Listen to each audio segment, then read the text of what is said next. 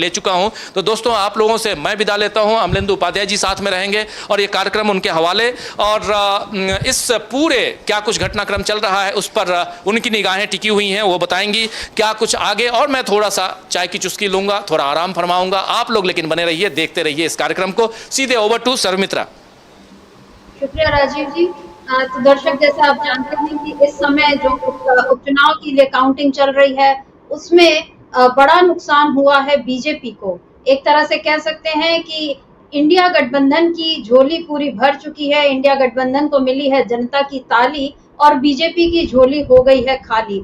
अमलेंदु जी, जिस तरह का माहौल हम लोग देख रहे हैं, जब ये चुनाव हो रहे थे उस दिन भी हमने देखा था जिस तरीके से उत्तराखंड में कुछ जो 2 सीटें वहां पर जो चुनाव हो रहे थे वहां से हिंसा की खबरें आई थी, पश्चिम बंगाल में भी हिंसा की खबरें आई थी और बीजेपी ने इन उपचुनावों को एक तरह से बार बार ये साबित करने की कोशिश की थी कि किस तरह से इंडिया गठबंधन, मतलब जहां जहां भी आप देखिए, चाहे तमिलनाडु में डीएमके का शासन है, पश्चिम बंगाल टीएमसी, और इन 2 राज्यों में बीजेपी ने बहुत कोशिशें की कि वो किसी भी तरह राज्य सरकार को नाकारा साबित करे। इसी तरह हिमाचल प्रदेश में भी बीजेपी की कोशिश लगातार जारी रही है कि वो किसी भी तरह सत्ता पर आए या कुछ किसी तरह वहां पर सेंधमारी कर सके। जिस तरीके से राज्यसभा चुनाव के वक्त में वहां पर बीजेपी ने खेल कर लिया था, उसके बाद बीजेपी को ये लग रहा था कि हिमाचल प्रदेश अब उसकी झोली में वैसे ही आ जाएगा जिस तरीके से आ चुका है महाराष्ट्र या जिस तरह से आ गया था मध्य प्रदेश। लेकिन यहाँ पर एक उल्टा ही खेल हम होते हुए देख रहे हैं।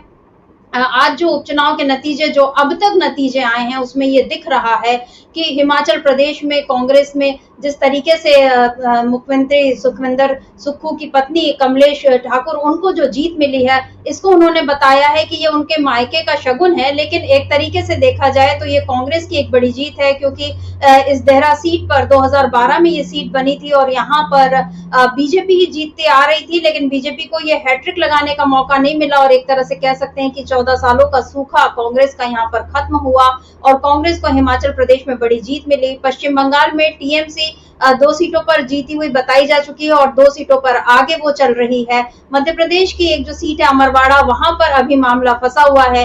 लेकिन एक और सबसे महत्वपूर्ण बात हम ये देखते हैं कि उत्तराखंड में कांग्रेस ने जिस तरह से जीत हासिल की है, ये बीजेपी के लिए एक बड़ा झटका है, खासकर बद्रीनाथ सीट, क्योंकि अयोध्या बीजेपी हार चुकी थी और अब बद्रीनाथ पर बीजेपी का आना, ये एक मतलब बीजेपी का जाना, माफ कीजिए, ये एक बड़ा झटका है बीजेपी के लिए, क्योंकि बीजेपी को ये लग रहा था कि हिंदुत्व का खेल उसका यहाँ पर चल जाएगा, लेकिन ऐसा नहीं हुआ है। और अब कांग्रेस जहां जहां, मतलब उत्तराखंड में वो सत्ता में नहीं है, लेकिन उसने उपचुनाव जीते हैं। जिस तरह से इंडिया गठबंधन यानी सपा और कांग्रेस ने मिलकर यूपी में बीजेपी का खेल खराब कर दिया था, अब ऐसा लग रहा है कि कांग्रेस उत्तराखंड में भी बीजेपी पर भारी पड़ गई है। वहीं तमिलनाडु में डीएमके ने उपचुनाव में अपना दबदबा कायम रखा है, पश्चिम बंगाल में टीएमसी ने अपना दबदबा कायम रखा है और इधर बिहार में एक बड़ा खेल देखने मिल रहा है, जहां बीमा भारती मतलब विधानसभा चुनाव वो जीत चुकी थी पिछले बार, उन्होंने वो छोड़ी। सांसदी के लिए संसद का चुनाव भी उनसे, मतलब लोकसभा सीट भी वो नहीं जीत पाई। और अब जो हम देख रहे हैं कि बीमा भारती तीसरे नंबर पर हैं, यानी आरजेडी को यहाँ पर हम कह सकते हैं नुकसान है। लेकिन जिस तरीके से निर्दलीय प्रत्याशी यहाँ पर आगे बढ़े हैं अमलेंदु जी, ये जो खेल है ये बीजेपी का या जेडीयू का, क्योंकि वहां पर जेडीयू के प्रत्याशी थे, बीजेपी के जो साथी हैं, जिस तरीके का माहौल हम देख रहे हैं इस समय पूरे उपचुनाव के इस नतीजे को, क्योंकि ये लोकसभा चुनाव के बाद पहले उपचुनाव थे और एक तरीके से ये मोदी के लिए फिर से अग्नि परीक्षा थी कि ठीक है, आपने लोकसभा चुनाव में कुछ आप खास नहीं कर पाए, लेकिन फिर भी आप सत्ता में आ गए, तो आप यही बता रहे हैं कि देखिए जनता का विश्वास हम पर बना हुआ है।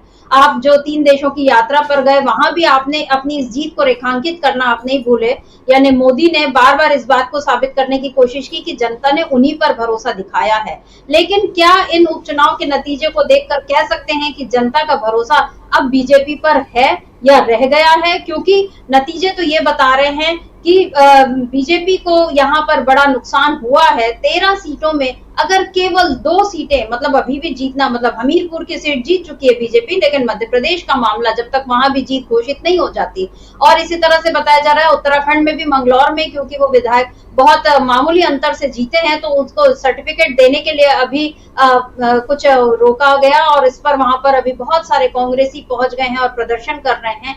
ये अभी 2-3 मिनट पहले की खबर आई थी, लेकिन इस खबर के पुख्ता मतलब पुष्ट होने में अभी वक्त है। पर ये तो दिख रहा है कि बीजेपी के हाथ से उत्तराखंड भी एक तरह से अब फिसलता हुआ दिख रहा है। पश्चिम बंगाल में वो अपनी कोई पैठ नहीं बना पा रही, दक्षिण भारत में उसका सूपड़ा वैसे ही साफ हो चुका है। रहा था जो मध्य प्रदेश या उत्तराखंड, ये जो उत्तर भारत के इलाके थे, बिहार, ये सारे ये भी सब इसकी पकड़ बीजेपी की ढीली पड़ती जा रही है। अमलेंदु जी, क्या जनता ने अपना भरोसा मोदी पर, क्या जनता ने अपना भरोसा बीजेपी पर खो दिया है? निश्चित तौर पे समिता जी, जनता को अब भारतीय जनता पार्टी पे और नरेंद्र मोदी पे भरोसा नहीं रहा है। इन उपचुनाव के परिणाम जो है वो यही साबित करते हैं। नरेंद्र मोदी जिस तरीके की बातें चाहे ऑस्ट्रिया में जाकर के कर रहे हों, चाहे वो रूस में जाकर कर रहे हों, या राज्यसभा में खड़े होकर कर रहे हों, तो लेकिन वो बातें मिथ्या साबित हुई हैं।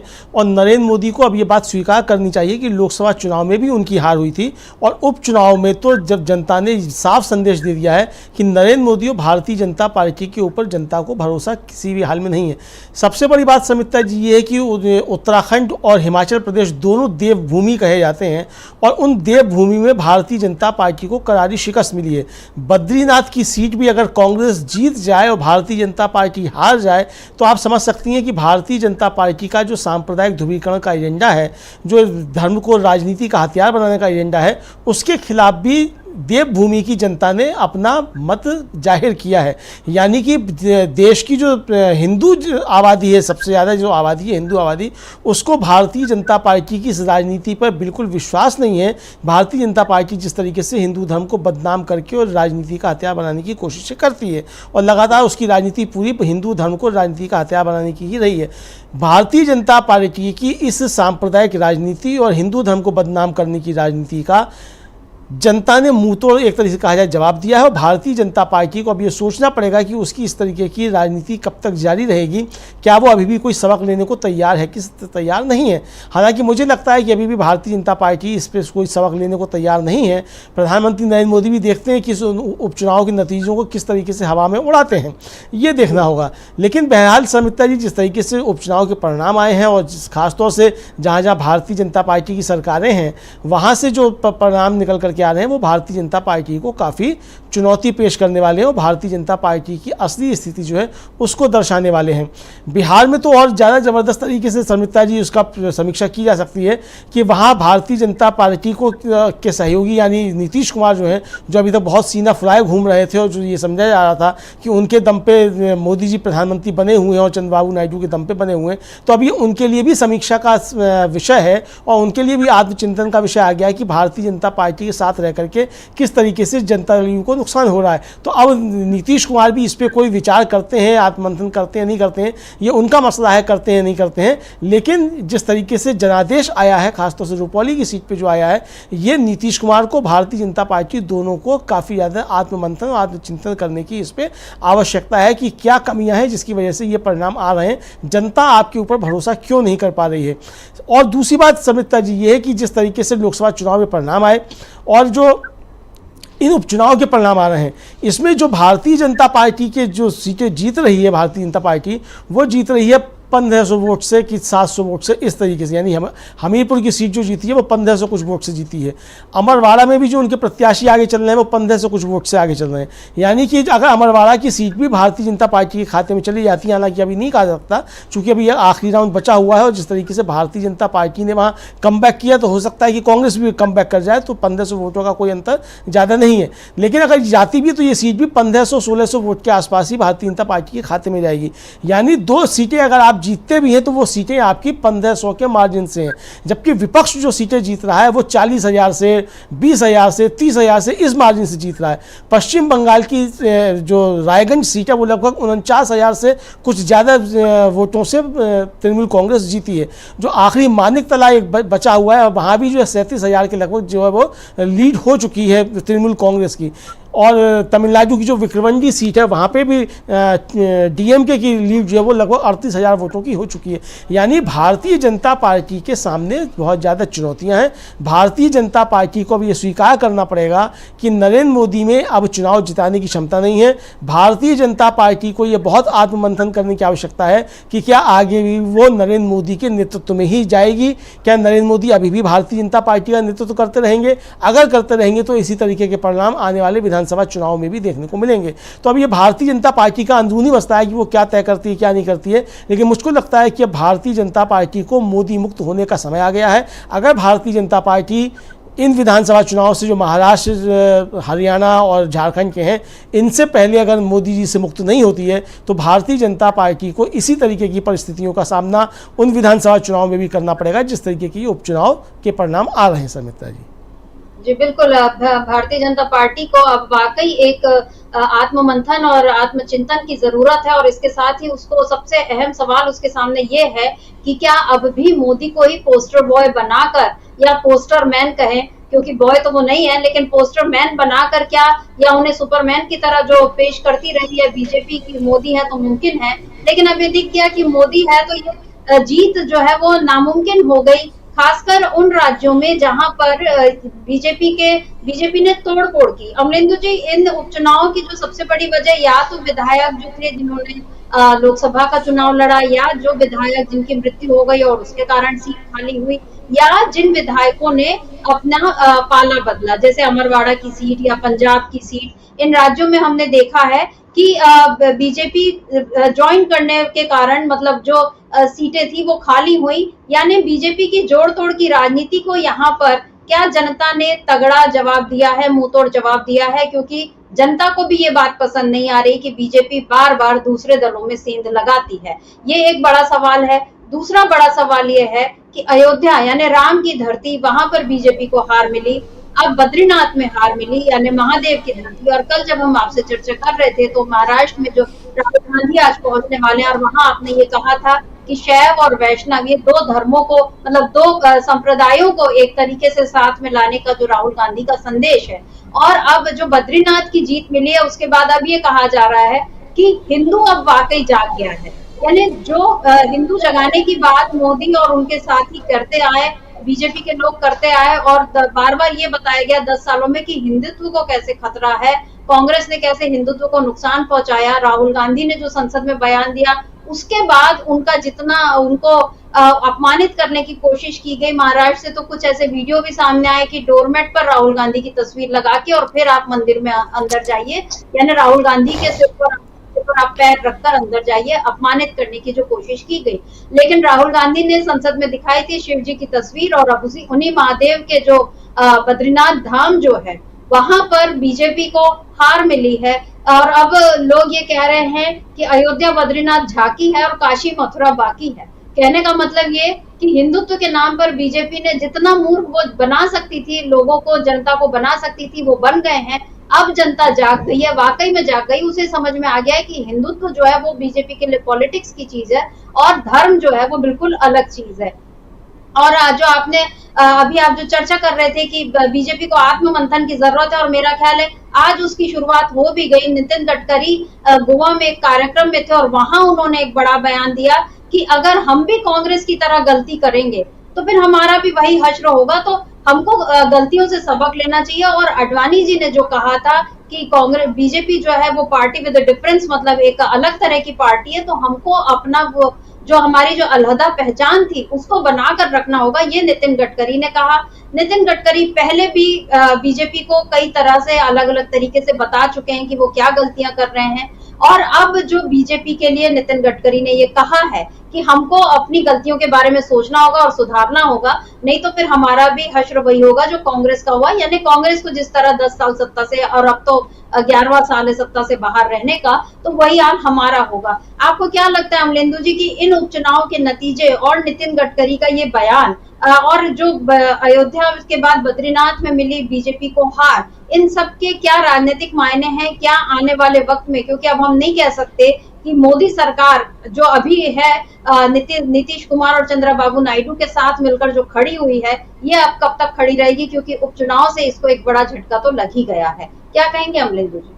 देखिए समिता जी, एक तो जो राहुल गांधी का आपने सवाल उठाया था, एक तो राहुल गांधी ने जब संसद में खड़े हुए थे तो उन्होंने शिव जी की तस्वीर दिखाई थी और उसको लेकर के भारतीय जनता पार्टी बहुत आग बबूला हो गई थी और इसी को लेकर के भारतीय जनता पार्टी ने राहुल गांधी के ऊपर हमला बोला था।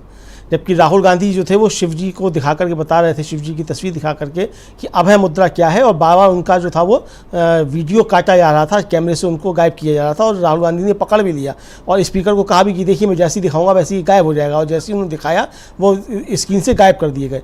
तो ये जिस तरीके से भारतीय जनता पार्टी ने राहुल गांधी पे हमला किया उसका समिता जी समझा जा सकता है कि बद्रीनाथ की हिंदू जनता ने, बद्रीनाथ की शिव भक्त जनता ने भारतीय जनता पार्टी को करारा जवाब दिया है कि आप जिस तरीके से भारतीय जनता पार्टी जिस तरीके से हिंदू धर्म का अपमान कर रही हो, जिस तरीके से राहुल गांधी की एक सीधी सच्ची बात को प्रधानमंत्री ने खुद खड़े होकर के बतंगड़ बनाया, उसको गलत तरीके से मोड़ने की कोशिश की, ये शर्मिष्ठा जी ये सिर्फ भारतीय जनता पार्टी की हार नहीं है, ये नरेंद्र मोदी की व्यक्तिगत हार भी है। चूँकि नरेंद्र मोदी जो थे वो राहुल गांधी की बात पर उठ करके खड़े हुए थे लोकसभा में, और ये चुनाव परिणाम जो है ये निश्चित तौर पे भारतीय जनता पार्टी और नरेंद्र मोदी दोनों को एक सबक सिखाते हैं। अब ये सबक मोदी जी सीखते हैं कि नहीं सीखते हैं, भारतीय जनता पार्टी सीखती है कि नहीं सीखती है, ये उनका मसला है। लेकिन आपने जो जिस तरीके से बताया, नितिन गडकरी का आपने हवाला दिया, नितिन गडकरी ने पुणे में जो कहा है समिता जी, वो काफ़ी उन्होंने बातें कही हैं और नितिन गडकरी ने एक तरीके से बताने की कोशिश की है कि नरेंद्र मोदी के नेतृत्व में भारतीय जनता पार्टी एक तरह से अनैतिक काम कर रही है, ये उन्होंने बताने की कोशिश की है। भले ही उन्होंने नरेंद्र मोदी का नाम लिया हो नहीं लिया हो,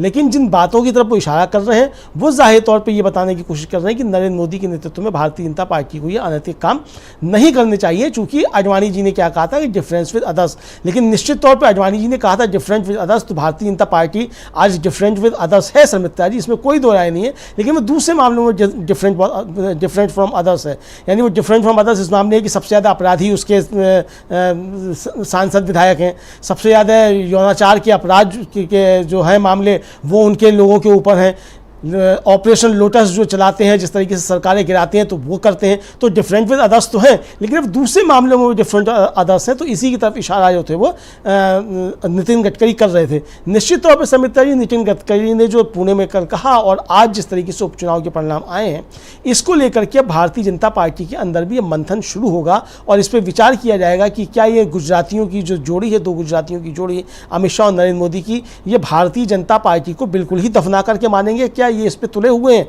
क्योंकि भारतीय जनता पार्टी को अगर बचना है और बचे रहना है, भारतीय जनता पार्टी को 2029 में भी राजनीति करनी है अगर, और उससे पहले अगर चुनाव हो जाते हैं तो उसमें भी भारतीय जनता पार्टी को राजनीति करनी है, तो भारतीय जनता पार्टी को अब नरेंद्र मोदी और अमित शाह के बोझ से मुक्त होना होगा। ये भारतीय जनता पार्टी की अपनी अंदरूनी समस्या है समिता जी, वो उनको तय करना है, हमको तय नहीं करना, ये वो तय करेंगे। लेकिन जो जनता परिणाम दे रही है, जनता जो जनादेश दे रही है, उस पर निश्चित तौर पर भारतीय जनता पार्टी को अपने अंदर आत्ममंथन और आत्मचिंतन करना चाहिए कि भारतीय जनता पार्टी आखिर अब जा किस रास्ते पर रही है, नरेंद्र मोदी और अमित शाह भारतीय जनता पार्टी को कहां ले जा रहे हैं। ये चिंता का विषय भारतीय जनता पार्टी के लिए होना चाहिए। कल जब महाराष्ट्र में भारतीय जनता पार्टी और महायुति जो है उसने समिता जी 9 सीटें जीत ली जब विधान परिषद में, तो कहा गया कि ये मोदी जी का करिश्मा है, ये बताया गया। लेकिन जब वो मोदी जी का करिश्मा क्या है, विधान परिषद की सीटें, भाई आपके पास विधान सभा में बहुमत है और उसमें साफ था कि 9 सीटें महायुति जीतेगा, 2 सीटें इंडिया गठबंधन जीतेगा, तो 2 इंडिया गठबंधन जीता और 9 आप जीते, ये वहाँ के परिणाम आ गए। तो वो तो श्रेय दिया जा रहा था मोदी जी को। लेकिन आज जब ये परिणाम आ रहे हैं, उपचुनाव के 13 सीटों के परिणाम आ रहे हैं और भारतीय जनता पार्टी बुरी तरीके से इसमें हारती हुई दिखाई पड़ रही समिता जी, तो इसकी जिम्मेदारी मोदी जी के ऊपर क्यों नहीं दी जानी चाहिए? तो जो लोग महाराष्ट्र में एमएलसी के चुनाव में मोदी जी का करिश्मा बता रहे हैं, वो इस उपचुनाव में मोदी जी का करिश्मा स्वीकार करने के लिए तैयार क्यों नहीं है? लेकिन समिता जी, ये चीज़ें बाहर भले ही ना आए, लेकिन अंदर अंदर ये चीज़ें शुरू हो गई हैं। भारतीय जनता पार्टी के अंदर भी इसको लेकर के मंथन चल रहा है। उत्तर प्रदेश से जिस तरीके की समिता जी खबरें आ रही हैं, एक पूर्व मंत्री हैं, उनका वीडियो बहुत बार वायरल हुआ, वो बता रहे हैं कि अपने जीवन में उन्होंने इस तरीके का भ्रष्टाचार नहीं देखा, पुलिस किस तरीके से आकर के परेशान करती है, ये सारी बातें वो कहती सुनाई दे रहे हैं। आज ही एक और उनके विधायक हैं कोई रमेश मिश्रा, उनका बयान जो है बहुत वायरल हो रहा है। वो कह रहे हैं कि उत्तर प्रदेश में इंडिया गठबंधन ने जो पीडीए की रणनीति अपनाई है, उससे भारतीय जनता जनता पार्टी के हाथ से तोते उड़ गए हैं। भारतीय जनता पार्टी के पास अब कुछ नहीं बचा। भारतीय जनता पार्टी ने अगर अपनी रणनीति में परिवर्तन नहीं किया तो 2027 में भारतीय जनता पार्टी के हाथ में कुछ भी नहीं रहेगा। ये वो विधायक कहते हुए सुने जा रहे हैं भारतीय जनता पार्टी के। इधर जो समीक्षा बैठकें भारतीय जनता पार्टी की हो रही है उत्तर प्रदेश में, उनमें किस तरीके से सिर्फ फुटबॉल हो रहा है और योगी और मोदी दोनों के पक्ष जो एक दूसरे के ऊपर हार का ठेकरा फोड़ने की जिम्मेदारी डाल रहे हैं। तो ये चीज़ें आ रही हैं समिता जी। जी अमलेंदु जी, बिल्कुल आपकी इस चर्चा को हम आगे बढ़ाएंगे, लेकिन इस समय आपको एक बड़ी खबर ये दे दें कि अमरवाड़ा से फाइनली बीजेपी के प्रत्याशी जो हैं कमलेश शाह, उनको 3000 वोटों से जीता हुआ, 3252 वोटों से जीता हुआ बता दिया गया है। मतलब आखिरी के जो वोट जो राउंड हुए, काउंटिंग हुई, उसमें फाइनली कमलेश शाह को जीता हुआ बता दिया गया और धीरेन्द्र शाह जो हैं वो हार गए हैं। यानी कांग्रेस के जो प्रत्याशी रहे धीरेन्द्र शाह, उनको अब हार मिल चुकी है। और अमलेंदु जी, अमरवाड़ा की सीट यानी जो कमलेश शाह पहले कांग्रेस के थे, 29 मार्च को अभी मतलब कुछ महीने पहले उन्होंने बीजेपी ज्वाइन की थी और जाहिर है वो बीजेपी की सत्ता के प्रभाव में आकर ही उन्होंने बीजेपी ज्वाइन की होगी। और यहाँ पर लेकिन जिस मशक्कत के साथ उनको जीतना पड़ा है, मतलब जैसे हम ये इसकी तुलना कर सकते हैं कि जैसे मोदी अपने संसदीय क्षेत्र वाराणसी से बड़े मुश्किल से जीते, वैसे ही अब ये इनकी भी हम जीत देख रहे हैं। अमरवाड़ा विधानसभा उपचुनाव में कमलेश शाह को जो जीत मिली है बीजेपी प्रत्याशी होने के कारण या और बीजेपी की सत्ता है, उनको बड़ी आसान जीत मिल जानी चाहिए थी वैसे देखा जाए तो, क्योंकि बीजेपी वहां पर लगातार सत्ता में बनी हुई है, इतनी पावरफुल हो गई है कि इस बार भी लोकसभा चुनाव में उसने कांग्रेस को एकदम पटकनी दे दी है। लेकिन एक विधानसभा उपचुनाव जीतने के लिए बीजेपी को अगर इतनी मशक्कत करनी पड़ी है तो क्या इसका मतलब हम ये भी माने कि मध्य प्रदेश में भी कहीं ना कहीं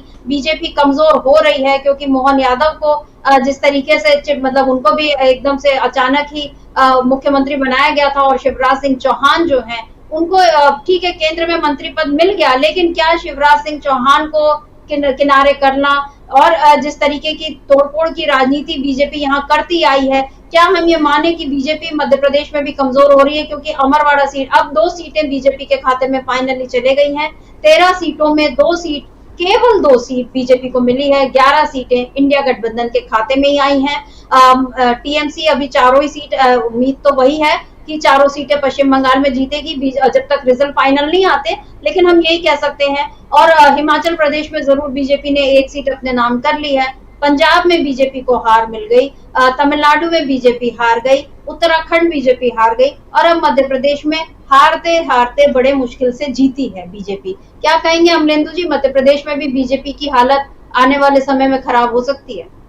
निश्चित तौर पर शर्मिष्ठा जी, बीजेपी की मध्य प्रदेश में आने वाले दिनों में हालत ख़राब होगी और ये साबित हुआ शर्मिष्ठा जी, अगर देखा जाए कि शिवराज सिंह चौहान मध्य प्रदेश में नरेंद्र मोदी से बड़े नेता हैं।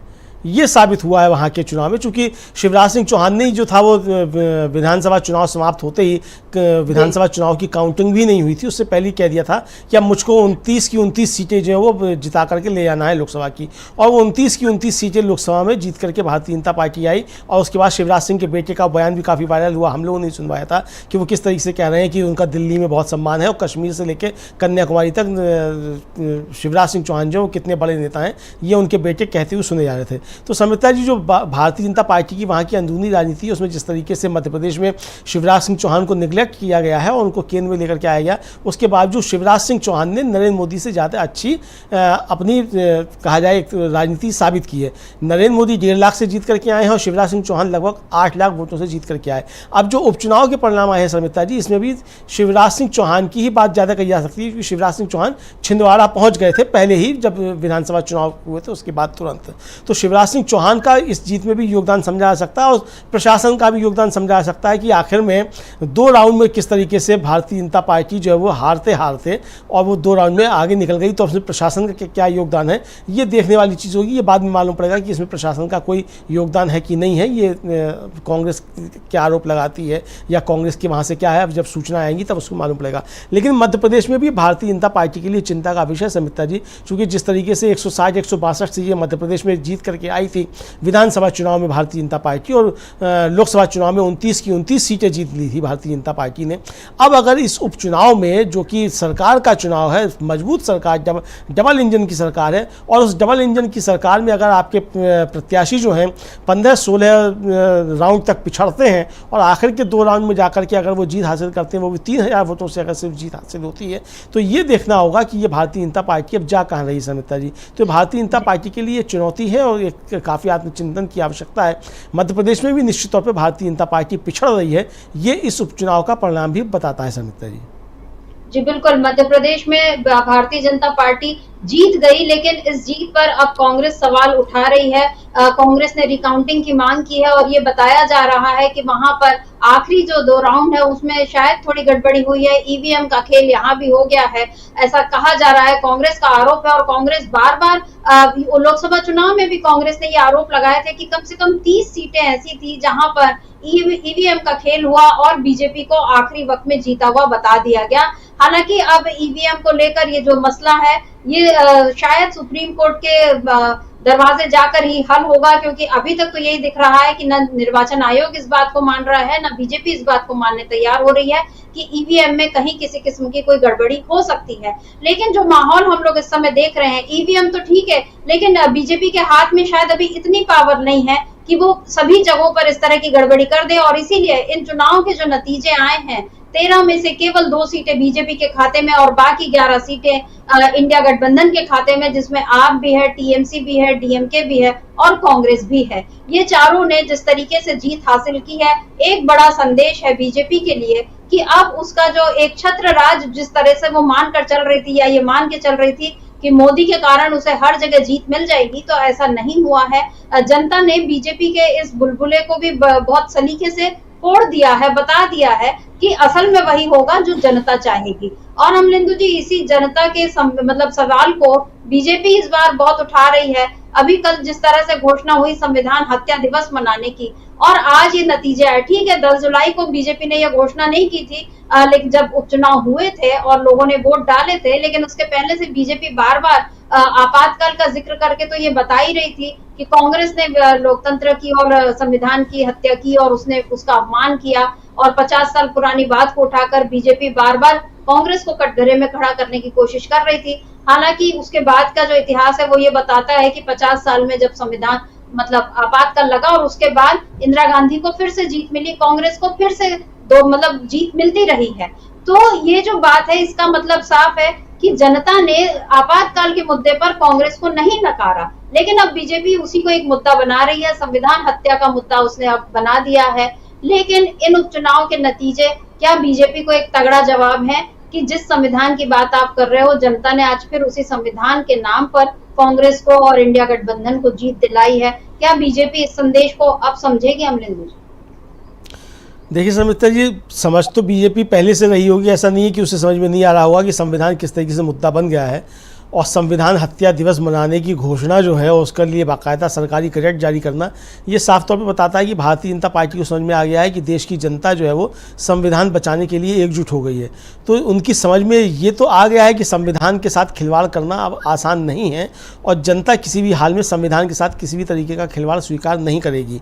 लेकिन वो अनभिज्ञ बनना चाहते हैं और संविधान को ही एक तरीके से फिर वो हथियार बनाना चाहते हैं अपनी राजनीति के लिए, और उन्होंने उसके एक तरीके से प्रहार किया कांग्रेस के ऊपर या इंडिया गठबंधन के ऊपर आपातकाल को लेकर के।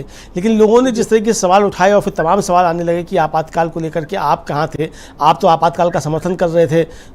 बाला साहब देवरस जो आरएसएस के प्रमुख थे वो बाकायदा चिट्ठियाँ लिख रहे थे, अनुशासन पर्व बता रहे थे, विनोबा भावे को चिट्ठियाँ लिख रहे थे, इंदिरा गांधी को चिट्ठियाँ लिख रहे थे, माफ़ीनामे तमाम लोग लिख रहे थे भारतीय जनता पार्टी के। ये सारी चीज़ें सामने आ गई और इसके ज़रिए भारतीय जनता पार्टी ने अपने अतीत पे से एक तरीके से पर्दा उठा दिया समिता जी, और लोग सवाल करने लगे कि नरेंद्र मोदी आपातकाल में कहाँ थे, वो किस जेल में बंद थे, आपातकाल में नरेंद्र मोदी जेल में बंद क्यों नहीं थे, कहाँ थे नरेंद्र मोदी। तो जो नरेंद्र मोदी ने जो ट्वीट किया कि साहब लोगों को बड़े कष्ट सहे, तो नरेंद्र मोदी ने वो कष्ट क्यों नहीं सहे जो और लोगों ने कष्ट सहे इमरजेंसी में। अगर ये कहा जाता है कि इमरजेंसी में कष्ट सहे लोगों ने, तो नरेंद्र मोदी ने वो कष्ट क्यों नहीं सहे। आज नरेंद्र मोदी जिसकी मना रहे हैं 50वीं बरसी पे और घोषणा कर दी है सरकार ने कि वो संविधान हत्या दिवस मनाएगी। तो समिता जी, संविधान एक बड़ा मुद्दा है और संविधान के साथ किसी भी तरीके की छेड़छाड़ जनता बर्दाश्त नहीं करेगी। भारतीय जनता पार्टी को ये बात समझ में आ गई है और इन उपचुनाव के परिणाम के बाद तो और भी समझ में आ जानी चाहिए। लोकसभा चुनाव परिणाम के बाद अब जो साफ जनादेश आया है और वो भारतीय जनता पार्टी के खिलाफ ज़बरदस्त तरीके से जनादेश आया है। खास तौर से जो देवभूमि है दोनों, हिमाचल प्रदेश और उत्तराखंड, वहाँ से जो संदेश है समिता जी, वो भारतीय जनता पार्टी के कान खड़े कर देने वाला है कि हिंदू वास्तव में जाग गया, जैसा कि आपने कहा। आपने बात की इनकी सुखविंदर सुक्खू की पत्नी है, उनका जो अभी जीती है चुनाव, उनकी बाइट हमारे साथ है, हम एक बार सुन लेते हैं कि उन्होंने क्या कहा है। कांग्रेस कार्यकर्ताओं ने, मंत्री ने, एमएलए ने, सब ने आके दिन रात पार्टी का जो है कर्तव्य निभाया। कितना चुनौतीपूर्ण था ये सफर?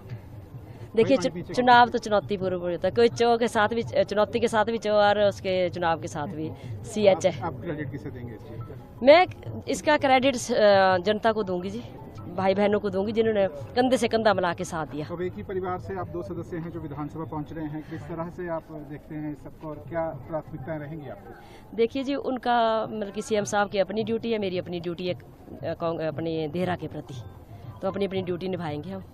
मैडम, देहरा में नारा काम कर गया बेटी का? देख ही रहे हैं जी आप, जितना मेरे को शगन डाल रहे हैं मेरे मायके वाले, मुझे गर्व है उनके ऊपर। मैम, देहरा की ध्यान आप कमी तो रखेंगे देहरा के लिए? ये तो मैं ये बात थोड़ी बताऊंगी, ये तो मैं मायके के प्रति जो दूंगी मैं गुप्त रखूंगी इस चीज में। देहरा विधानसभा चुनाव से मतलब सीट से उपचुनाव जीती हैं कमलेश ठाकुर, मुख्यमंत्री सुक्खू की पत्नी हैं, लेकिन उन्होंने साफ साफ कहा कि उनकी अपनी ड्यूटी और मेरी अपनी ड्यूटी है। और जब सुक्खू से भी ये सवाल किया गया था कि आपकी पत्नी को ये सीट दी गई है, मतलब टिकट दी गई इस सीट पर, तो उन्होंने कहा था कि हाईकमान का फैसला है, मैंने इस पर कुछ नहीं कहा है। तो बहरहाल अब वो चुनाव जीत चुकी हैं और कांग्रेस के लिए ये एक बड़ी जीत इसलिए है क्योंकि 2012 के बाद कांग्रेस को यहाँ पर पहली बार जीत मिली है। और एक तरह से सुक्खू के लिए भी एक बड़ी जीत इसलिए है क्योंकि जिस तरीके से लोकसभा चुनाव में कांग्रेस को नुकसान हुआ, जितनी उम्मीद थी उतनी सीटें नहीं मिल पाई, या राज्यसभा में जिस तरह से अभिषेक मनु सिंघवी हारे थे, और वो भी उन लोगों के कारण जिन लोगों ने क्रॉस वोटिंग करके बीजेपी के प्रत्याशी को जिताया था। लेकिन अब यहाँ पर हिमाचल की जनता ने एक बड़ा संदेश दे दिया है बीजेपी को कि अब और इस तरह की तोड़फोड़ उसे बर्दाश्त नहीं है। मुख्यमंत्री सुक्खू का भी एक बयान है, उसको भी हम सुन लेते हैं। इस जीत के बाद क्या कुछ कहा है सुक्खू ने। हमें 40 सीटें दी थी, 2022 के चुनाव में 40 सीटें दी थी। हमें 40 सीटों पर हमें दोबारा से जनता ने चुनाव जिताकर भेजा कि आपकी 40 सीटें, ये जनता ने तय किया। पर जिस प्रकार की राजनीति खरीदो फरोख्त हिमाचल की राजनीति में हुई है, उसका जवाब जनता ने दिया है। और ये सही संदेश भी है कि भविष्य में कोई भी राजनीतिक दल है इस प्रकार की खरीदो फरोख्त करने की हिम्मत नहीं करेगा, क्योंकि जनता हिमाचल की बड़ी जागरूक है और जागरूक मतदाता ने आज अपना फैसला सुनाया है। और 3 जो आज़ाद विधायक थे, इनको इस्तीफा देने की जरूरत नहीं थी, जिसमें से आज 2 चुनाव हार रहे हैं, एक पर हम थोड़े वोटों से पीछे चल रहे हैं। लेकिन मेरा मानना है कि इन 3 विधायकों को इस्तीफा क्यों दिया? ये तो आज़ाद विधायक थे, कांग्रेस पार्टी काम नहीं करती, भारतीय जनता पार्टी के साथ चले जाते, लेकिन जनता ने इनको भी सबक सिखाया। यही जनता की जीत है। जो देहरा में 5 चुनाव में लगभग 25 सालों बाद कांग्रेस जीती है, क्या 18 महीने की जो सुखविंदर सिंह सुक्खू की सरकार है उसको मैंडेट मिला? देखिए, देहरा उपचुनाव में मैंने अपनी सरकार की साख भी दांव पर लगाई थी और 25 साल से कांग्रेस पार्टी वहाँ चुनाव नहीं जीत पा रही थी। और जब कोई मुख्यमंत्री अपने परिवार के किसी सदस्य को चुनाव लड़ाता है तो उसकी साख पूरी दांव पर होती है। भारतीय जनता पार्टी ने पूरा जोर लगाया, पर मैं देहरा की जनता का भी धन्यवाद करना चाहता हूं कि उन्होंने अपने विवेक का परिचय दिया और निश्चित तौर पर वहां एक अच्छी जीत कमलेश ठाकुर जी की हुई है। मैं उनको भी बहुत बहुत शुभकामनाएं देना चाहता हूँ। आपके साथ हिमाचल में पहले मुख्यमंत्री होंगे जिनके साथ उनकी पत्नी विधानसभा में जाएंगी, क्या उत्साह है? नहीं, ये जो चुनाव था ना, ये मेरी पत्नी का पता नहीं था कि उन्होंने चुनाव लड़ना कि नहीं लड़ना है। हाई कमांड ने लोकसभा चुनावों में भी उनसे बात की थी, विधानसभा चुनावों की सर्वे रिपोर्ट के बाद भी बात की थी, और मैंने 2 दिन का समय मांगा था। तो मुझे सरकार के लिए विधायकों की जरूरत थी। मुझे सरकार को जिस प्रकार की राजनीति का प्रवेश हिमाचल में हुआ, उस दृष्टि से मैंने ये निर्णय लिया कि हमारी सरकार की स्टेबिलिटी के लिए एक एक सीट पर जीतना जरूरी है, और मैंने इस दृष्टिकोण से देहरा से चुनाव लड़ने का निश्चय किया ताकि कांगड़ा की राजनीति में भी हम अब प्रवेश कर सकें और कांगड़ा में जो विधायकों की संख्या 9 थी उसको बढ़ाकर 10 कर सकें। बीजेपी का जो क्लेम था सरकार बदलेगी, क्या कहेंगे? देखिए, बीजेपी ने जनता को ठगा है और जनता को ठगने का ही काम कर रहे हैं। 4 जून को बनेगी, फिर 3 उपचुनाव फटाफट करवा दिए। हमने सोचा ये चुनाव हरियाणा के साथ होंगे, लेकिन हरियाणा के साथ होके नहीं, ये जो उपचुनाव इन्होंने फटाफट करवा के ये सोचा कि ये जीतेंगे। और बीजेपी के गढ़ है तीनों, ऐसा नहीं कि तीनों बीजेपी के गढ़, तीनों बीजेपी के गढ़ों में हम 2 सीटों पर जीते, ये बहुत बड़ी उपलब्धि है। हमीरपुर में 1500 वोटों से हार गए हैं। हमीरपुर में अभी उन्होंने मेरे ख्याल रिकाउंटिंग की, थोड़ी वोटों से हारे हैं।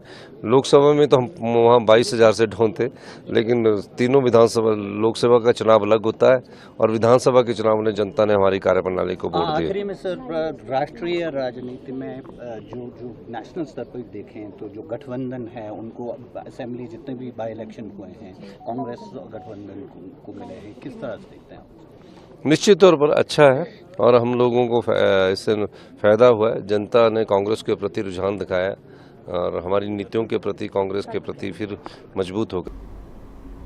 अमरिंदर जी, ये थे सुखविंदर सुक्खू, हिमाचल प्रदेश के मुख्यमंत्री, जिन्होंने साफ साफ ये कहा कि उनकी भी प्रतिष्ठा दांव पर इसलिए थी क्योंकि जब भी मुख्यमंत्री के परिवार से कोई खड़ा होता है, जैसा हमने देखा था कि अजित पवार, उन्होंने अपने उप मुख्यमंत्री हैं लेकिन उन्होंने अपनी पत्नी को खड़ा करवाया, लेकिन बुरी तरह मात मिली। यानी इस पर सवाल तो उठता ही है कि जब आप अपने परिवार के लोगों को नहीं जिता पाने में सक्षम हैं, तो फिर आप बाकी क्षेत्र का प्रतिनिधित्व किस तरह से करेंगे या किस तरह से यहाँ की समस्याओं को आप उठा पाएंगे, क्योंकि लोग ये सवाल करते हैं। हालांकि इसमें ये मतलब नहीं है कि कोई अपनी पति पत्नी को कोई कितना जिता पाता है, नहीं जिता पाता, लेकिन फिर भी एक बड़ा सवाल यहाँ पर मतलब कमलेश ठाकुर के बहाने एक सुखविंदर सुक्खू ने जो खड़ा किया।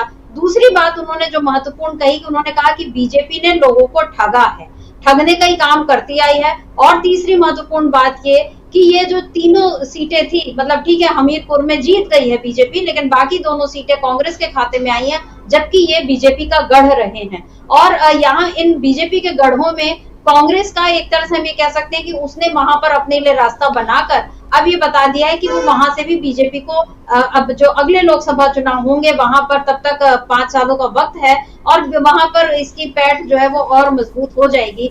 सुखविंदर सुक्खू की ये जो बातें हैं इन पर आपसे मैं जवाब चाहूंगी, लेकिन इस बीच कांग्रेस प्रवक्ता पवन खेड़ा का भी एक बयान आ चुका है। क्या कुछ कहा है पवन खेड़ा ने, उसको भी सुन लेते हैं। ट्रेंड है जो लोकसभा चुनाव से शुरू हुआ और अब आगे बढ़ रहा है, आने वाले जितने भी चुनाव होंगे लगभग भारतीय जनता पार्टी हारती चली जाएगी। ये हार का एक ट्रेंड शुरू हुआ है। 14 में हमारे लिए शुरू हुआ था, हमने देखा, उसके बाद हम कई चुनाव हारे। अब वही हाल, उससे भी बुरा हाल भारतीय जनता पार्टी का होने वाला है। सर अमरिंदर जी, ये पवन खेड़ा जो कह रहे हैं कि ट्रेंड शुरू हो गया है बीजेपी का, हार का उनका ट्रेंड शुरू हो गया है, क्या कहेंगे अमरिंदर जी? देखिए समिता जी, निश्चित तौर पे ये हार का ट्रेंड शुरू हो गया है और ये हार का ट्रेंड अब बढ़ता जाएगा। पवन खेड़ा जो कह रहे हैं बिल्कुल सही कह रहे हैं कि 2014 के पहले जो था वो हार का ट्रेंड शुरू हो गया था 2014 में और ये आगे तक बढ़ता चला गया। भारतीय जनता पार्टी के लिए भी हार का ट्रेंड है और भारतीय जनता पार्टी समिता जी बहुत घबराई हुई है। अब ऐसा नहीं है कि नरेंद्र मोदी जो आकर के दहाड़ रहे हैं राज्यसभा में, तो वो जो दहाड़ रहे हैं तो वो अंदर, मतलब उनके अंदर से वो शक्ति निकल करके आ रही है। वो साफ समझा जा सकता है कि राज्यसभा में जो बातें कह रहे हैं वो, या वो रूस में जाकर के कह रहे हैं या ऑस्ट्रिया में जाकर के कह रहे हैं और ऑस्ट्रिया को ऑस्ट्रेलिया बोल जा रहे हैं, इसी घबराहट में ये देखने में आ रहा है। तो ये जो उनका अंदर की चीज़ें वो सामने निकल करके आ रही हैं, ये ट्रेंड शुरू हो गया समिता जी।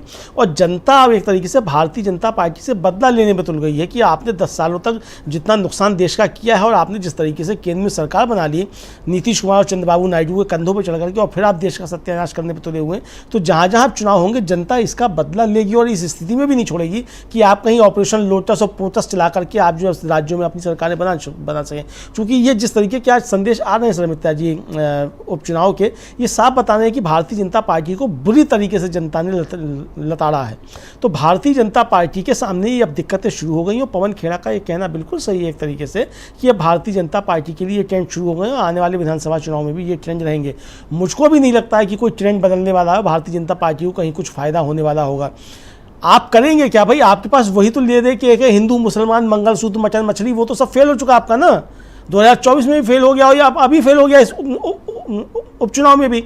बद्रीनाथ की सीट अगर आप हार जाते हैं, आप देवभूमि है जो, और आप अगर हिमाचल की देवभूमि की सीटें हार जाते हैं, और जिस तरीके से सुखविंदर सुक्खू कह रहे हैं कि ये सीटें तो भाई भारतीय जनता पार्टी का गढ़ थी, वहाँ हम जीत करके आए, तो भारतीय जनता पार्टी से सीटें छीनी है। और जो देहरा की सीट है जहाँ से उनकी पत्नी जीत करके आई हैं समिता जी, वो बहुत ज़्यादा महत्वपूर्ण है। उसका मतलब एक तरीके से कहा जाए कि इस पूरे उपचुनाव की जो सीटें हैं उनमें अगर सबसे ज़्यादा समीक्षा की जाए तो उस देहरा सीट की करनी चाहिए कि जहाँ से 25 साल के बाद कांग्रेस जीत करके आ रही है। और वो ऐसा नहीं कि उनकी पत्नी है सुक्खू की इसलिए वो जीत गई, इसलिए कोई हुआ, वो उनका मायका है, वो 20 सालों से कांग्रेस की कार्यकर्ता भी हैं। ऐसा नहीं है कि उनकी पत्नी होने के नाते ही उनको टिकट मिल गया, यानी कि उनका काम पहले से है और वो अपने मायके में आकर के चुनाव लड़ रही हैं। तो हो सकता है कि उसमें सुक्खू का भी थोड़ा योगदान रहा हो, सरकार का योगदान रहा हो। अगर सरकार का योगदान है समिता जी, सुक्खू अगर सरकार के योगदान से अपनी पत्नी को जिता सकते हैं, तो नीतीश कुमार जो है सरकार के योगदान से रूपाली क्यों नहीं जिता सकते अपने प्रत्याशी को? वहाँ क्यों प्रत्याशी उनका हार जाता है, इंडिपेंडेंट से हार जाता है? इसका मतलब साफ तौर पे ये है कि जनता भारतीय जनता पार्टी से और भारतीय जनता पार्टी के सहयोगियों से बदला लेने को तैयार है और उनके खिलाफ वोट कर रही है। ये बात नरेंद्र मोदी को समझनी चाहिए। वो समझ तो चुके हैं, लेकिन समझने की से नादान बनने की कोशिश कर रहे हैं और गलत जो है वो उसकी समीक्षा जनादेश की करने की कोशिश कर रहे हैं। ये उनको आने वाले दिनों में और भारी पड़ेगा, चूँकि जिस तरीके से वाराणसी से भी वो सिर्फ 1.5 लाख वोटों से जीते हैं, कहाँ 8 लाख से जीतते थे, वहाँ 1.5 लाख पे आप आ गए। और अगर कायदे से कहा जाए कि वहाँ इंडिया गठबंधन ने थोड़ा आखिरी समय में और ध्यान दे दिया होता तो नरेंद्र मोदी 1.5 लाख से वाराणसी भी हार जाते। ये परिस्थितियां थी। हम लोग लगातार चुनाव के दौरान चर्चा करते रहते समिता जी कि किस तरीके से नरेंद्र मोदी को वहाँ हार हो रही है और जनता वहाँ क्या क्या सवाल उठा रही है। जो महत्वपूर्ण बात है समिता जी कि लोकसभा के चुनाव में भी और इन उपचुनाव में भी भारतीय जनता पार्टी का सांप्रदायिक एजेंडा नहीं चला है। भारतीय जनता पार्टी के उस बांटो और राज करो के एजेंडे को जनता ने ध्वस्त कर दिया है। ये बात अब भारतीय जनता पार्टी को समझनी चाहिए और अगर नहीं समझेगी तो जैसा कि पवन खेड़ा कह रहे हैं, आने वाले विधानसभा चुनाव में ये परिणाम भारतीय जनता पार्टी को और ज़्यादा गंभीर भुगतने पड़ेंगे।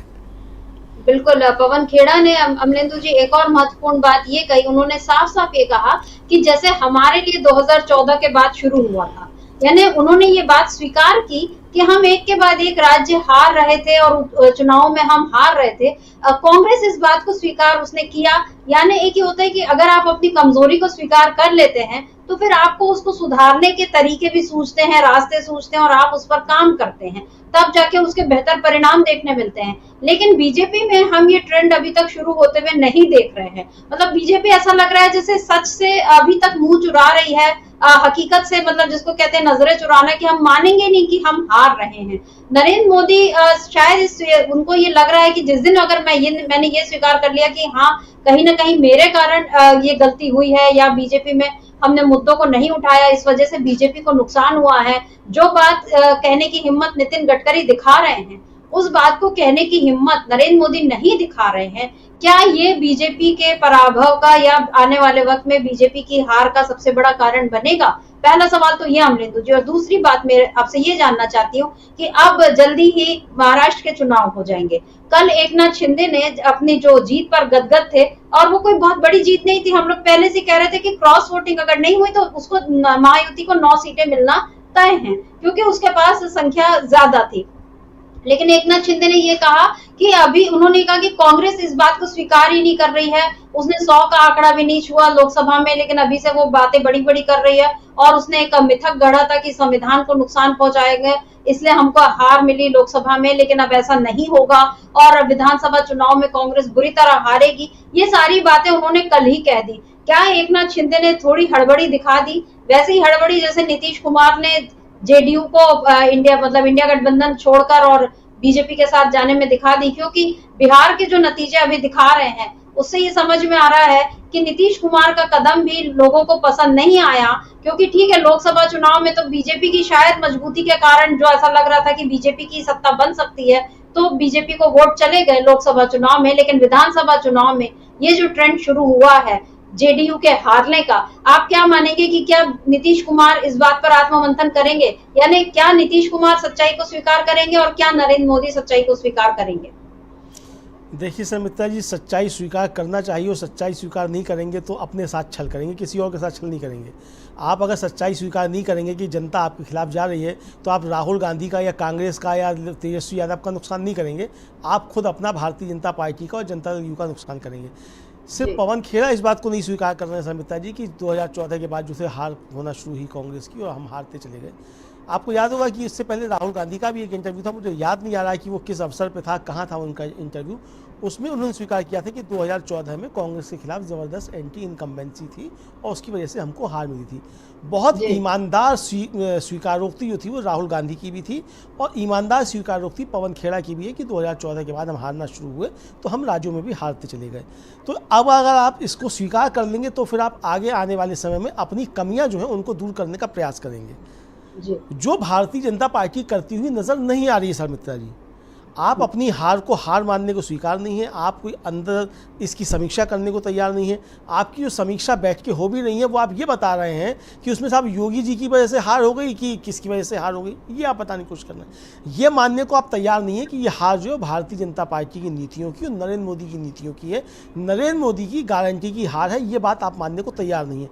और अगर आप ये बात नहीं मानेंगे तो अगर नहीं मानेंगे तो आप अंदर आप आत्मचिंतन करेंगे नहीं, आप अभी भी मोदी मोदी करते रहेंगे। तो मोदी मोदी करते रहेंगे तो जनता इसी तरीके से आपको जवाब देती रहेगी, जनता आपको हराती रहेगी। मशीनों के जरिए, प्रशासन के जरिए कितना जीता जा सकता है सर मित्रा जी, एक सीमा है। मशीनों की भी एक सीमा है, प्रशासन की भी एक सीमा है। अब जैसे अमरवाड़ा है, अमरवाड़ा जो है मध्य प्रदेश का, वहाँ कांग्रेस का प्रत्याशी जीत रहा था। अब कांग्रेस आरोप लगा रही है कि वहाँ कुछ हुआ, तो हो सकता है प्रशासन के जरिए वहाँ जीत गई हो। तो एक सीमा है ना कि 3000 वोटों से आगे चल रहे थे तो भाई ठीक है, आप 3000 वोटों से आप जीत गए। लेकिन जहाँ 50,000 से जीत हो रही है, जहाँ 40,000 से जीत हो रही है, जहाँ 20,000 से जीत हो रही है, तो वहाँ तो प्रशासन और मशीनरी कुछ नहीं कर पाएगी ना, तो वहाँ तो इसी तरीके के परिणाम आएंगे। तो आने वाले समय में ये परिणाम भारतीय जनता पार्टी को विधानसभा चुनाव में भी भुगतने पड़ सकते हैं अगर वो आत्मचिंतन नहीं करती है और मोदी जी के ऊपर उसकी निर्भरता और मोदी के उसके नारे अगर अभी भी इसी तरीके से लगते रहते हैं समिता जी, तो भारतीय जनता पार्टी के बुरे दिन जो शुरू हो चुके हैं ये बुरे दिन और बढ़ेंगे। तो मैं फिर कहूँगा कि भारतीय जनता पार्टी को मोदी जी से मुक्ति का समय आ गया है, उसको अपने अंदर नया नेतृत्व तैयार करने की आवश्यकता है जो मोदी जी को रिप्लेस करे।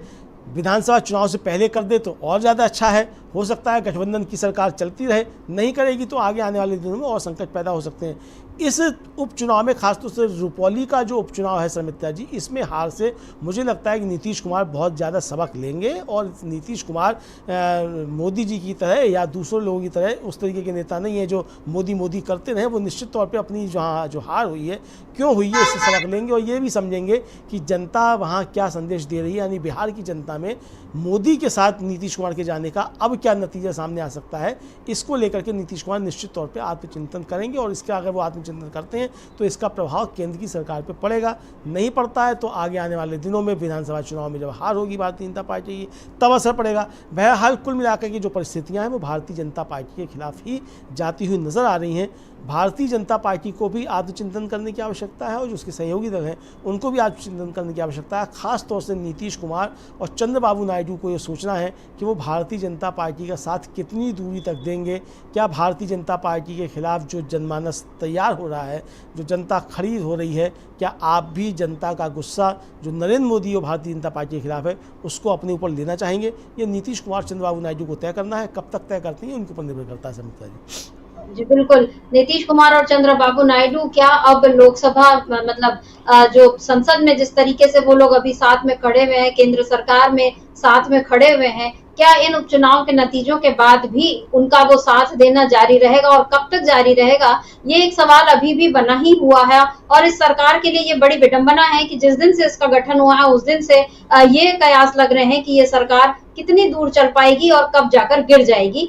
इसको लेकर अभी से अनुमान लग रहे हैं। तो ये कोई बहुत अच्छी बात नहीं है किसी भी सरकार के लिए कि बनने के साथ ही उसके गिरने की अगर भविष्यवाणियां होने लगे। अमलिंदु जी, इधर उत्तराखंड में हमने जो देखा, अब आपने अभी बात की कि मशीनरी और प्रशासन की भी एक सीमा होती है और चूंकि मंगलौर विधानसभा सीट जो है वहां से काजी निजामुद्दीन को बहुत ज्यादा वोटों से जीत नहीं मिली, लेकिन फिर भी बीजेपी को हराना एक बड़ी उपलब्धि रही है उत्तराखंड में, क्योंकि जैसा आपने कहा देवभूमि है, हिमाचल भी, उत्तराखंड भी, ये इन राज्यों में हमेशा से बीजेपी की पकड़ मजबूत रही। हिमाचल प्रदेश में इन विधानसभा चुनाव में कांग्रेस की सरकार बन गई। उत्तराखंड में कांग्रेस को हार मिली थी, लेकिन अब विधानसभा चुनाव में ये जो जीत मिली है, इससे कांग्रेस बहुत उत्साहित है। लेकिन मंगलौर सीट से जो खबर आ रही है कि वहां पर वापस मतलब काउंटिंग की बात हो रही है, या जो उनको काजी निजामुद्दीन को जीत का सर्टिफिकेट मिलने में अड़चनें पेश की जा रही हैं। जब वहां पर उपचुनाव मतलब जिस दिन वोटिंग हुई थी, उस दिन भी बार बार ये बताया जा रहा था कि बहुत से मतलब वहां पर कुछ हिंसा की भी खबरें आई थी, और इस तरह की तस्वीरें डाल रहे थे कि मुस्लिम तो वोट डालने निकले हैं, लेकिन हिंदू आराम से अपने घर में सो रहे हैं और इससे बीजेपी को हार मिलेगी। ये सारी बातें सोशल मीडिया पर चल रही थी। लेकिन अभी मंगलौर सीट पर जिस तरह से खबर आ रही है, क्या आपको लगता है कि बीजेपी बार बार इस तरह का खेल करेगी? क्योंकि उसके लिए ये जो हार है, या इसको स्वीकार करना बहुत आसान नहीं है। एक सवाल ये, और दूसरा सवाल ये कि अब इन उपचुनाव के बाद अब बारी है उत्तर प्रदेश उपचुनाव की, जहां पर अभी 10 सीटों पर उपचुनाव होने हैं। क्या बीजेपी वहां पर भी इसी तरह का झटका खाएगी? क्योंकि उसकी जो आदत रही है जोड़ तोड़ करने की, जिसकी ओर सुखविंदर सुक्खू ने भी कहा था कि खरीद फरोख्त आखिर कब तक करेंगे? जनता जाग गई है, जनता जागरूक हो गई है। उत्तराखंड की जनता ने भी बता दिया वो जागरूक हो गई है, उत्तर प्रदेश की जनता ने भी बताया था। अब इन उत्तर प्रदेश के उपचुनाव में क्या देखते हैं आप? क्या लगता है कि बीजेपी को यहाँ भी झटका खाने के लिए तैयार रहना चाहिए? एक तो समिता जी, जो उत्तराखंड में जिस तरीके के परिणाम आए हैं, मंगलौर सीट पे लेकर के जिस तरीके की चीज़ें चल रही हैं, उससे साफ जाहिर है कि वहाँ प्रशासन ने पहले किस तरीके से गड़बड़ी की थी। वोटिंग वाले दिन वो खूब सारे वीडियो जो थे वो वायरल हुए थे, और उसमें देखा गया था कि किस तरीके से पुलिस अधिकारी जो भद्दी गालियाँ देते हुए लोगों को लाठी चला रहा है, उनको भगा रहा है वोट डालने के लिए जो लोग आए हुए हैं। और तमाम लोगों हमने देखा कि किस तरीके से विजुअल्स आए कि लोगों के सिर फूटे हुए हैं, खून बह रहा है, इस तरह की चीज़ें सब आई थी। तो ये प्रशासन ने वहाँ भारतीय जनता पार्टी को चुनाव जिताने की भरसक प्रयास किया, ये कांग्रेस का आरोप है। और कांग्रेस के कई नेता जो थे वो अपने सोशल मीडिया पर उनके वीडियोज़ उस समय वायरल हुए कि प्रशासन किस तरीके से बीजेपी को जिताने की कोशिश कर रहा है।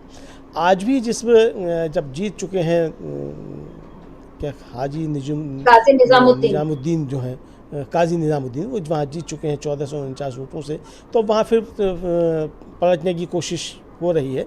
तो लेकिन वो कितनी कोशिश कामयाब होती है ये देखना होगा। तो लेकिन अगर करते हैं इस तरीके की, तो इससे भी सबक लेना चाहिए। देखिए, जनता का जो संदेश था वो तो चला गया। अगर आप इसको पलट भी देते हैं और आप जीत भी जाते हैं, मान लीजिए कि आपने ज़बरदस्ती जीत भी लिया प्रशासन के जरिए, तो जो जनता का संदेश है समिता जी, वो ख़त्म होने वाला नहीं है। जनता का संदेश तो आ गया ना, जनता ने अपना जनादेश दे दिया, जनता ने बता दिया कि आप हिंदू विरोधी हैं और आपकी धार्मिक ध्रुवीकरण की राजनीति है वो जनता को पसंद नहीं है। ये संदेश दे दिया है जनता ने। अब आप बेईमानी से प्रशासन के जरिए, चुनाव आयोग के जरिए आप अगर जीत भी जाते हैं तो जीत जाइए, उससे ना सरकार पे असर पड़ रहा है एक सीट के जीतने से, और ना आपके हारने से सरकार पे कोई असर पड़ रहा है, और ना नैरेटिव पे कोई असर पड़ रहा है। मान लीजिए अगर आप एक सीट और भी इस तरीके से जीत भी जाएंगे करके, तो क्या होगा भाई, 13 में से आप 3 सीटें जीत गए, यही संदेश तो जाएगा। लेकिन जो जनता का आदेश है वो आ चुका है, वो आपके खिलाफ है, इसको आपको स्वीकार करना पड़ेगा।